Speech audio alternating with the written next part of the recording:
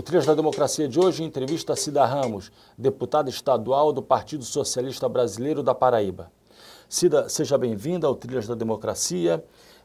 Passados 9 meses do governo Jair Bolsonaro, quais são as principais baixas no que diz respeito à Seguridade Social no Brasil atual? Primeiro, eu gostaria de agradecer imensamente a oportunidade de estar aqui, Marcos. Não é todos os dias que a gente tem a possibilidade de poder discutir, trocar ideias num programa tão qualificado. Dizer que a Seguridade Social, e eu diria 10 meses do governo Bolsonaro, nós temos um país devastado. Do ponto de vista econômico, enfrentando um processo de depressão muito forte. Eu posso afirmar que nós já entramos num processo de depressão, não é mais recessão, né? Economia totalmente paralisada, sem uma perspectiva sequer para nenhum setor da construção civil, nenhum setor industrial. A única coisa que apontam é a venda completa das riquezas nacionais. A Seguridade Social, eu diria, sofre ataques violentos. Nós estamos assistindo um processo de desmonte, mas mais do que isso, um processo de criminalização na área da previdência, da assistência e da saúde. A Previdência enfrenta uma reforma que está sendo posta e está sendo negociada o tempo todo com os parlamentares a peso de ouro. Uma reforma da Previdência que vai prejudicar pensionistas, vai prejudicar viúvas, vai prejudicar pessoas com deficiência. É uma reforma que ela é uma reforma fiscal. Ela não é uma reforma que objetive estruturar uma previdência social, ela não tira privilégios, A gente vai ver o caso dos militares, que continua da mesma forma. Então, nós temos um processo na saúde que vai na mesma direção. Não se sustenta essa ideia de que a reforma da Previdência veio para combater privilégios, né? Quer dizer, de forma alguma. Toda a discussão sobre a Previdência de militares, policiais, demonstra que determinados privilégios vão ser preservados. Permanecem, são preservados, e se a gente for colocar mesmo, observar todo o texto, os mais prejudicados serão os mais pobres. Eu sou professora universitária, eu não vou pegar nem o caso das universidades, mas daquele cidadão que trabalha no comércio, que ganha um salário mínimo, 2 salários mínimos, serão os mais prejudicados. Aumenta o tempo de contribuição, aumenta o tempo de serviço, não se garante uma aposentadoria, uma pensão para a viúva integral. Então, são muitas baixas, eu diria, para os trabalhadores brasileiros. É uma reforma recessiva, fiscal, e que não vai gerar o que eles prometem, que seria arrecadar para garantir o futuro dos que vierem a se aposentar. Muita falácia, muito fake news e, concretamente, perda de direitos. Eu te interrompi na hora que você ia começar a falar da saúde, né?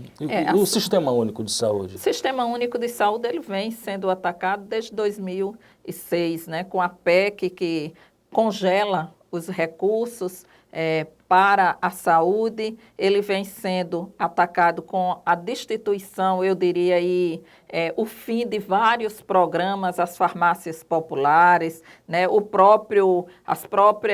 a própria discussão dos recursos, a ausência de propostas concretas para a gestão. Então, a saúde também está enfrentando um desmonte grande. É só ir em qualquer hospital de grande porte e a gente vai ver como está sendo o atendimento, A Globo, contraditoriamente, noticia todo dia o caos na saúde e, ao mesmo tempo, apoia essas políticas recessivas. Então, eu diria que a política social como um todo em nosso país, ela está sendo desmontada, Tudo que nós conseguimos construir numa década está sendo destruído, num país que tem pouca tradição de investimento na área social. É algo muito preocupante quando a gente olha para 14 milhões de desempregados, Quando a gente percebe e começa a ser visível a presença de moradores de rua com muita força em rodoviárias, em sinais, crianças que até então a gente não via, porque tinha vários programas e a gente começa a perceber essas crianças na rua. É o primeiro sinal de que nós estamos marchando num caminho que é um caminho muito perigoso, que é o caminho que coloca os mais pobres como única opção à criminalidade. Cida, você foi durante 8 anos secretária de desenvolvimento das duas gestões de Ricardo Coutinho. Essa tua experiência à frente da secretaria, num outro contexto, que não é esse contexto adverso que nós vivemos hoje, né? Qual é o balanço que você faz desse período, dos diálogos existentes entre município, governo do estado e poder central, num outro período da história brasileira, como eu disse? Eu tive uma experiência riquíssima. Eu sou professora universitária, eu estudei a minha vida toda, fiz mestrado, doutorado, tive a oportunidade de poder estudar e elaborar políticas públicas. A Secretaria de Desenvolvimento Humano, e talvez tenha sido essa oportunidade que me fez deixar a gestão na universidade para assumir no governo do estado, tenha sido a oportunidade de aliar dois elementos: a possibilidade do estudo, da elaboração com a execução. Eu tive o privilégio de formar uma equipe que vinha, em sua grande maioria, da academia, de profissionais que terminaram seus cursos, então com muita vontade de realizar. Eu tive a possibilidade de ter, e isso é um elemento fundamental, você olha as políticas públicas através do orçamento delas. De um orçamento que era de 5 milhões no estado, nós passamos para mais de 230 milhões. Então, efetivamente, nós construímos políticas públicas para o idoso, para a criança e adolescente, uma secretaria que era totalmente desacreditada. As pessoas diziam a mim: vai fazer o quê numa secretaria que nem tem dinheiro, ninguém sabe o que faz, ninguém reconhece? E eu pude construir não apenas o marco teórico, legal, jurídico da legislação, instituir a política de assistência social e ver muitos programas fazer a diferença na vida das pessoas. Programas que foram premiados internacionalmente, como é o Cidade Madura para idosos, construir condomínios com toda a infraestrutura, né, como é o caso de redário, horta, centro de convivência, pista para os idosos se exercitarem, um condomínio que pode ser comparado a qualquer condomínio para a classe média no Brasil. Isso para idosos que muitas vezes não tinham sequer onde morar.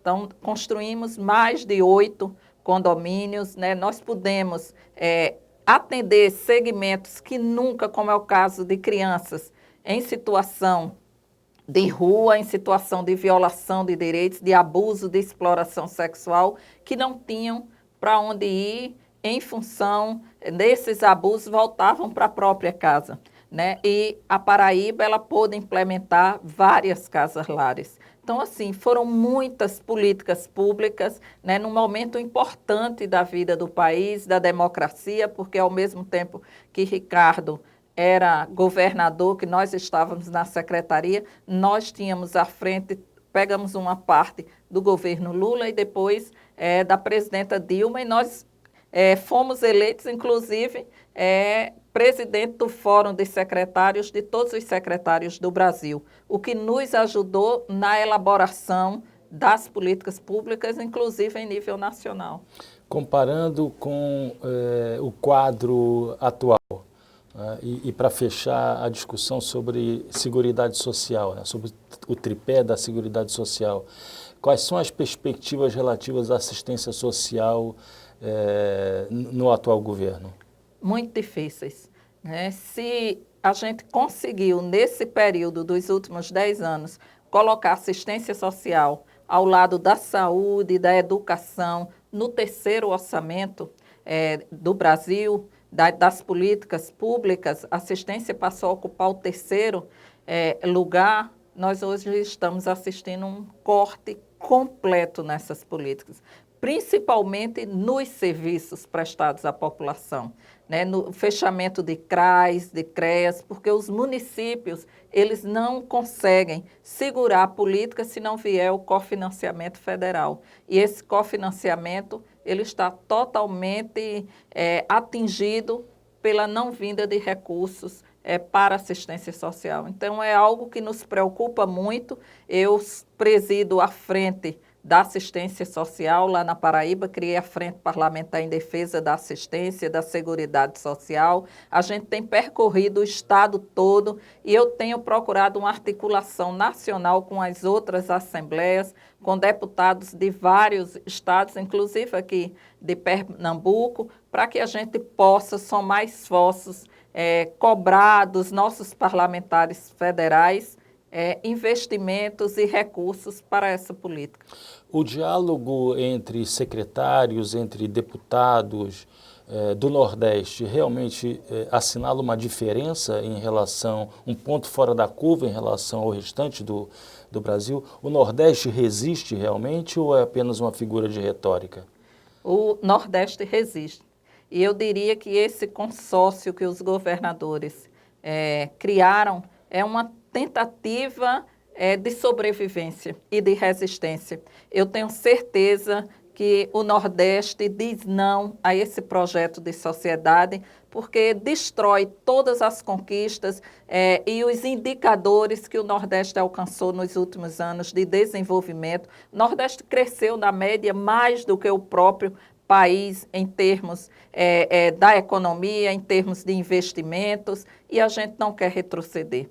Né? Os governadores, eles têm a nítida noção de que o povo nordestino rejeitou eleitoralmente e rejeita diariamente esse governo, que é um governo neoliberal, mas é, sobretudo, um governo muito preconceituoso para com o Nordeste, um governo que não quer investir na nossa região, né? E um governo que vira as costas para essa região tão importante do país. Cida, você tem uma deficiência física e como é que você encara, né, na condição de pessoa com deficiência, o comportamento pregresso, na verdade, do atual presidente da República, né? Jair Bolsonaro votou contra o projeto de lei que resultou no Estatuto da Pessoa com Deficiência. O Bolsonaro votou contra a adesão do Brasil à Convenção Internacional da ONU sobre as pessoas com deficiência. Recentemente, já como presidente da República, ele destituiu o Conselho Nacional das pessoas com deficiência. Ou seja, há todo um histórico do atual presidente da República contrário às pessoas com deficiência. E cria uma performance que é essa da apresentação dos seus discursos, a tradução dos seus discursos em Libras, a primeira-dama fazendo também o seu discurso em Libras. Como é que você avalia essa situação? A pessoa com deficiência, nos últimos 10 anos, avançou muito em suas lutas, né? Nós dissemos nada sobre nós sem nós, né? Se antes nós tínhamos um quadro onde os familiares travavam essa luta pelas pessoas com deficiência, eu diria que nos últimos 15 anos a pessoa com deficiência sai às ruas e diz que queremos ser protagonistas, né? E coloca algo que eu formulo da seguinte forma: deficiência é uma questão social, é uma questão para o poder público, ela não é um problema do indivíduo, né? A deficiência não diz quem eu sou, ela traz uma característica minha, mas ela não me define como pessoa, né? A partir daí, nós tivemos uma série de conquistas, né? O Estatuto da Pessoa com Deficiência, 2015, nós temos a Lei de Inclusão brasileira, nós temos a Lei da Acessibilidade, temos a Lei que o Viver Sem Limite, que foi um programa fundamental, que coloca que a pessoa com deficiência ela quer usufruir da vida da cidade, do estado, do país, né, em suas diversas áreas, seja no direito de ir e vir, a acessibilidade está colocada, na educação, e Marcos, até 2015, 2014, a pessoa com deficiência para estudar, ela tinha que pagar uma taxa extra, muitas das vezes, em escolas e universidades, né, como se ela fosse um cidadão diferente. E esse marco teórico possibilitou a pessoa com deficiência ela reclamar direitos. Por isso que o marco teórico é tão importante, o marco teórico e jurídico, né? E nós avançamos muito. Nós temos hoje, nesses 10 meses, grandes retrocessos. Quem pegar o texto da reforma da Previdência e voltando à Seguridade Social vai poder lá ver o que está escrito para quem sofre acidente de trabalho, né? Para quem fica com invalidez temporária. Vai ver o que está destinado para as viúvas, os pensionistas e as pensionistas que tenham filhos com deficiência. Então, nós estamos assistindo não apenas um presidente que historicamente se colocou contra esse segmento, mas nós estamos assistindo um presidente que, ao destruir a política de assistência social, intenta, e a primeira proposta da reforma da Previdência, ela claramente intentou contra a pessoa com deficiência, tirando o BPC, o benefício da prestação continuada. Houve uma grita muito grande, porque seria algo absurdo demais e muito pesado, mas esse... As referências ao BPC no texto da reforma foram retiradas agora pelo relator Tasso Gereissati no Senado. Exatamente. Né? Então, nós estamos sob ameaça, pessoa com deficiência. Destituir o conselho da pessoa com deficiência é dizer claramente que aqui não vai ter política nenhuma e nem vai ter controle social por parte das pessoas com deficiência, nem nós queremos cobrança nesse segmento. O que nós estamos assistindo é um retorno à benemerência, que é algo muito grave, atinge diretamente a pessoa com deficiência, porque nós renegamos essa questão do favor, nós renegamos durante anos e anos que a gente está construindo esse caminho, essa política, nós dissemos que nós não queremos ser tratados com piedade, nós queremos políticas públicas, porque ela reafirma direitos e ela nos trata como qualquer outro cidadão, né? Se nós temos necessidades, cabe ao poder público atender a essas necessidades através da acessibilidade, através do acompanhamento da criança na escola. Ele precisa muitas vezes de um tutor, de alguém que chegue e reforce aquela parte que ele necessita. Eu tenho certeza que quando nos é dada a oportunidade, nós podemos fazer coisas inimagináveis. Eu quero dizer a você que eu venho de Sapé, de uma cidade pequena da Paraíba. Eu tive paralisia infantil em 1964 e eu tive uma avó que nem tinha estudo, mas foi muito importante na minha vida. Ela sempre, sempre me afirmava, não está em você o problema, está na sociedade. E ela dizia, ninguém é maior ou menor do que você, é todo mundo no mesmo tamanho, bote isso para que ninguém possa lhe diminuir. E desde aquela época eu compreendi que a política pública ela era fundamental para que a pessoa com deficiência se reconhecesse como cidadão. Cida, você vem acompanhando o número de concessões do benefício de prestação continuada durante esse governo? Se encontra realmente paralisado esse processo de concessão do benefício? Não apenas paralisado, como os peritos eles estão ganhando por cada benefício que é revisado e cortado. Isso é muito grave.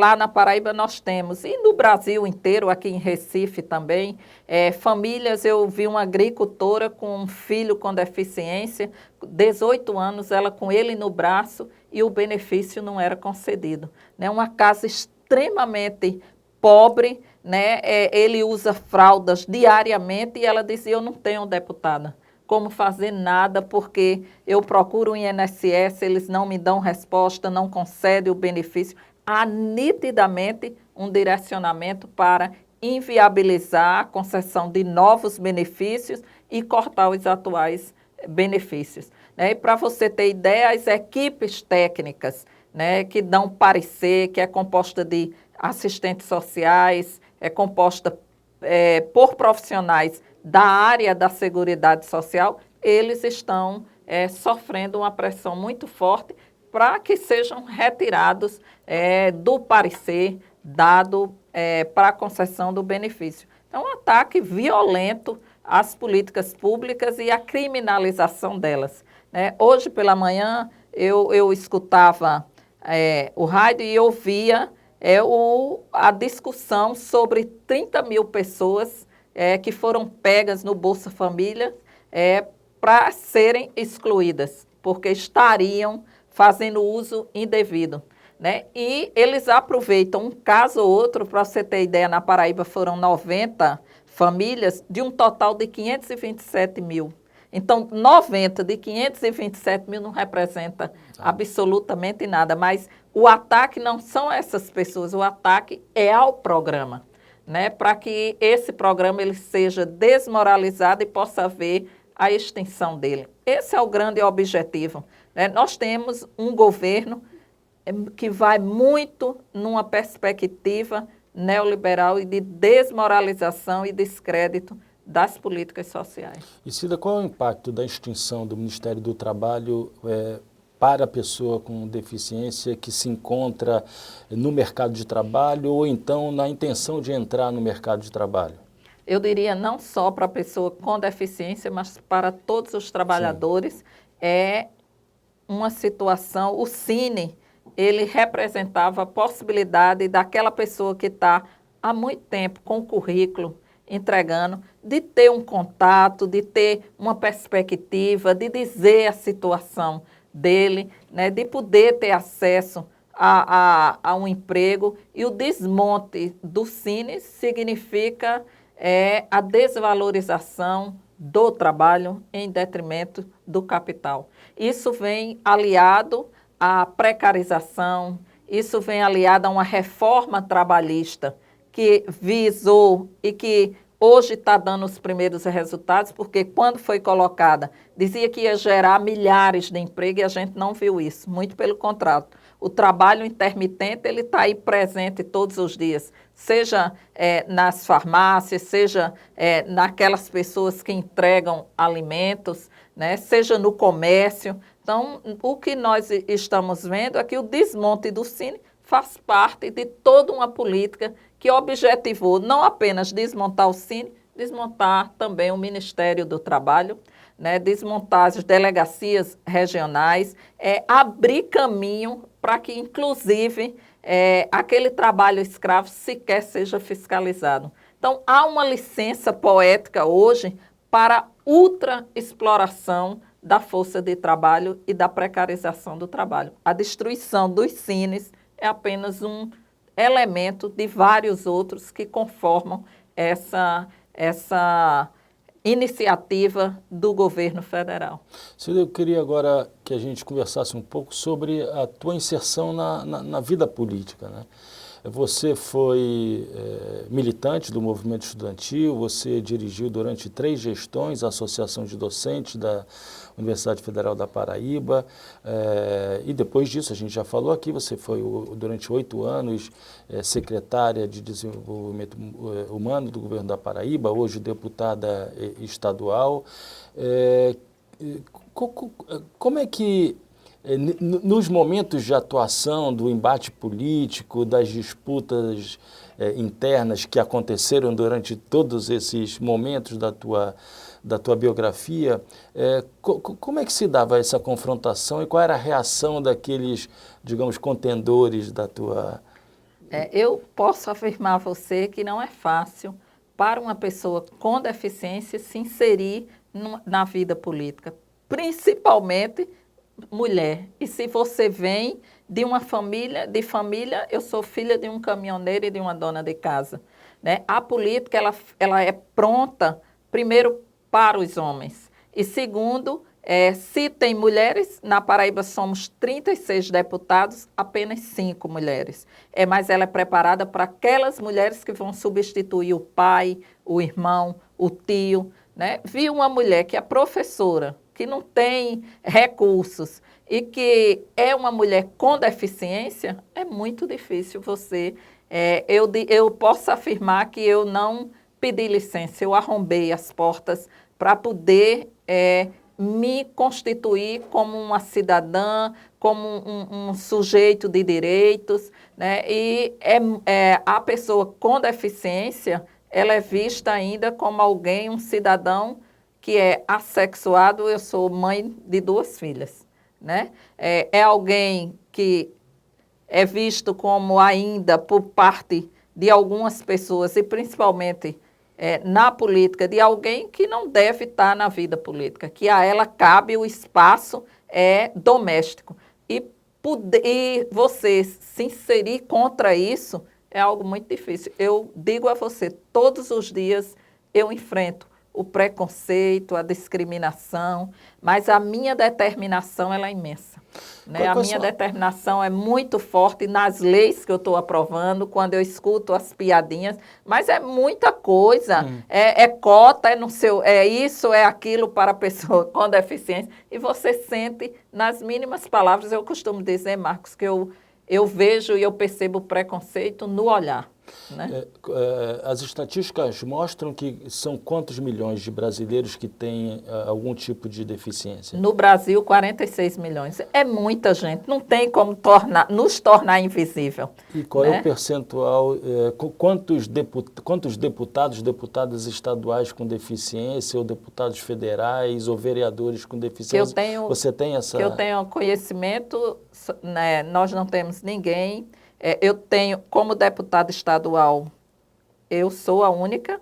Tenho um deputado federal de Pernambuco, inclusive, acho que é de Pernambuco, que tem deficiência visual ou baixa visão, e a senadora do PSDB de São Paulo. Então, somos pouquíssimos na política. Talvez seja o exemplo maior de subrepresentação da população, de uma parcela da população brasileira nos espaços públicos, né? Né? Em termos institucionais da vida política, com certeza.